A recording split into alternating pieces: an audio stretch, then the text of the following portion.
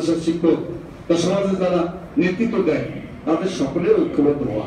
এই ঐক্যবদ্ধতার মধ্যে দিয়ে এবং আমাদের মানুষকে, আর সবচেয়ে বেশি দরকার যে ইয়াং জেনারেশন যারা বাল্যবিবাহ মানে সম্পৃক্ত হয়, বাল্যবিবাহ করে, তাদের মানসিক পরিবর্তন এবং তাদের মানসিক বাল্যবিবাহ করলে সে ছোট বাচ্চা, তার কাছে তারটা বাচ্চা হয়ে সে যে ক্ষতিগ্রস্ত হয় এবং ভবিষ্যতে সে প্রজন্মের জন্য ক্ষতিগ্রস্ত হয়, তার স্বাস্থ্য নষ্ট হয় এবং তাদের ক্ষতিগ্রস্ত হয়।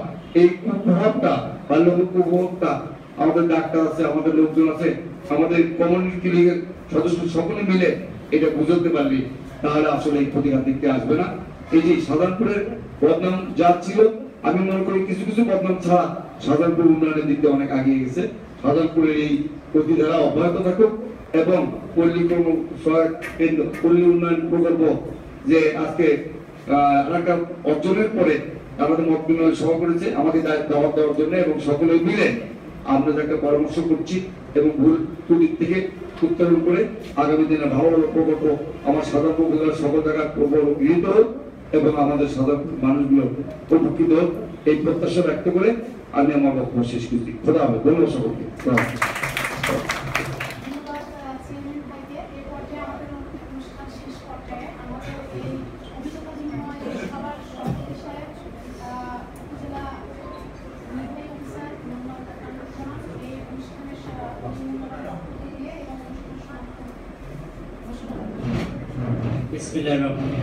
আসলে অনেকক্ষণ আলোচনা,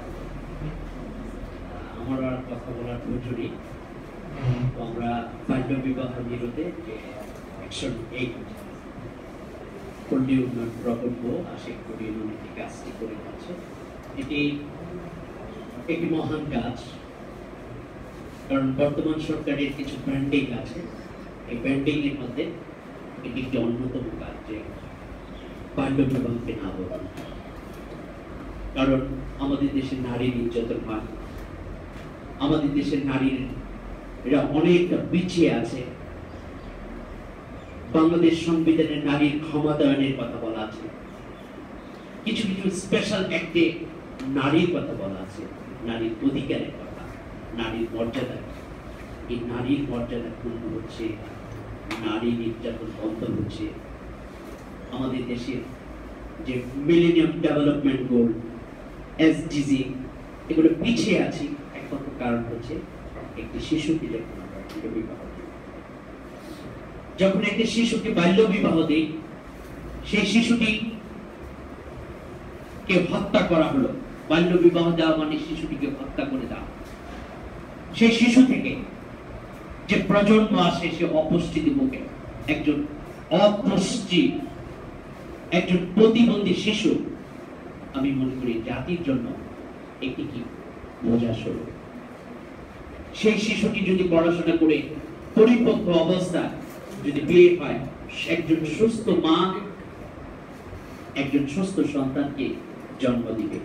একজন শিক্ষিত মা একজন শিক্ষিত জাতিকে জন্ম দিবে। এটাই কি তো একসঙ্গে এই কাজটি করছে, অত্যন্ত মহৎ কাজ করছে। আমরা এখানে উপস্থিত আজকের এই মত বিনিময় সভায় সম্মানিত প্রধান অতিথি পরম শ্রদ্ধাভাজন উপজেলা পরিষদের সম্মানিত চেয়ারম্যান জনাব সরকার বাদল, উপস্থিত মহিলা ভাইস চেয়ারম্যান, উপস্থিত ভাইস চেয়ারম্যান আমাদের জেলা আওয়ামী লীগের যুগ্ম সাধারণ সম্পাদক হেফাজতুল মীরা, উপস্থিত আমাদের খর্ণা ইউনিয়নের সম্মানিত চেয়ারম্যান জনাব পিপি সাইফুল শাহিন,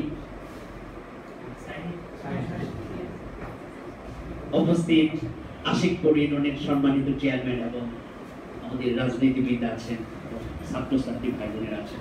আমরা আজকে যে কথাগুলো হলো, বিভিন্ন প্রেজেন্টেশন হলো, বিভিন্ন আঙ্গিকে আমরা কথা বললাম, আমরা যদি সম্মিলিত শিক্ষক, জনপ্রতিনিধি, রাজনীতি ব্যক্তি বর্গ, অফিসার সবাই যদি আমরা এই বাল্য বিবাহকে না বলে কাজ করি, তাহলে এটা এগিয়ে যাবে।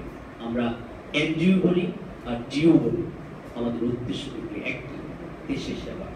কিভাবে এই দেশকে এগিয়ে নিয়ে যেতে পারবো, এটাই আমাদের উদ্দেশ্য।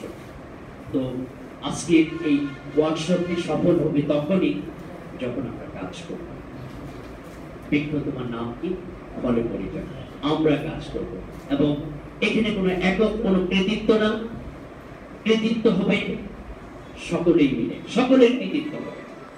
তো আমি সামনে একটি বাল্য বিবাহ নিরোধে কাজীদেরকে নিয়ে, আমাদের সম্মানিত জনপ্রতিনিধিদেরকে নিয়ে, কিছু এনজিও লোক থাকবে, আমরা একটি অচিরেই একটি বড় আঙ্গিকে একটি ওয়ার্কশপ করব। তো আমরা যেখানেই বাল্য বিবাহ সেখানে আমরা প্রতিরোধ করব। আসুন আজকের এই ওয়ার্কশপ থেকে আমরা সম্মিলিতভাবে প্রচেষ্টা শাহজাহানপুর উপজেলা থেকে বাল্য বিবাহ মুক্তের উপজেলা করি। খর্না ইউনিয়নকে, আশিকপুর ইউনিয়নকে আমরা সর্বপ্রথম বাল্য মুক্ত একটা ইউনিয়ন হিসেবে ঘোষণা করতে যাচ্ছি। আমি আজকে ওয়ার্কশপের সফলতা কামনা করছি এবং এই বলে ওয়ার্কশপের সমাপনী ঘোষণা করছি। ধন্যবাদ সকলকে।